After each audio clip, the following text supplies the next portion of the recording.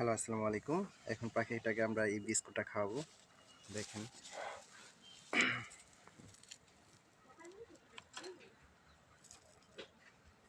জেফিন, জেফিন এই যে নাও, বিস্কুট নাও, খাও, খাও।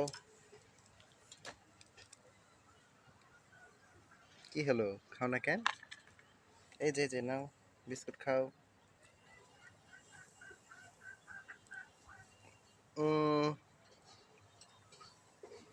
গাইস কেবলমাত্র খাইছে তো ওই জন্য হচ্ছে খাচ্ছে না। এই যে দেখেন বিস্কুটগুলো এখানে পড়ে আছে, খাইছে, এখন খেতে চাচ্ছে না।